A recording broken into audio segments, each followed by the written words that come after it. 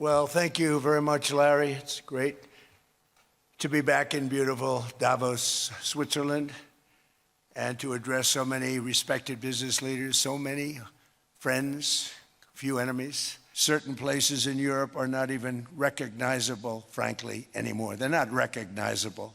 And we can argue about it, but there's no argument.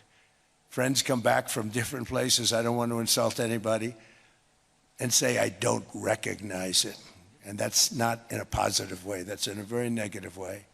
And I love Europe, and I want to see Europe go good, but it's not heading in the right direction. This enormous unsecured island is actually part of North America, on the northern frontier of the Western Hemisphere. That's our territory.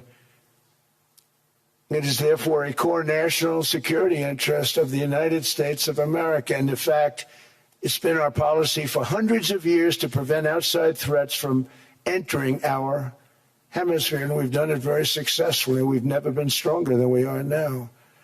That's why American presidents have sought to purchase Greenland. It's the United States alone that can protect this giant mass of land, this giant piece of ice, develop it and improve it and make it so that it's good for Europe and safe for Europe and good for us.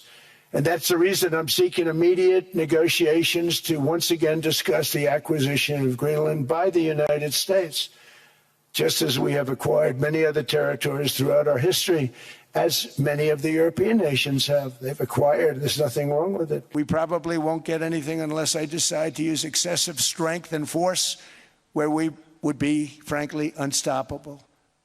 But I won't do that. Okay, now everyone's saying, oh, good. That's probably the biggest statement I made, because people thought I would use force. I don't have to use force. I don't want to use force. I won't use force. But the problem with NATO is that we'll be there for them 100%.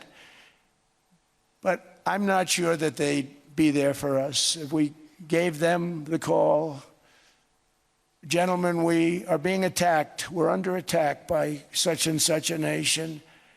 I know them all very well. I'm not sure that they'd be there. I know we'd be there for them. I don't know that they'd be there for us. We're building a golden dome that's going to, just by its very nature, going to be defending Canada. Canada gets a lot of freebies from us, by the way. They should be grateful also, but they're not. I watched your Prime Minister yesterday. He wasn't so grateful. But they should be grateful to us. Canada lives because of the United States. Remember that, Mark, the next time you make your statements.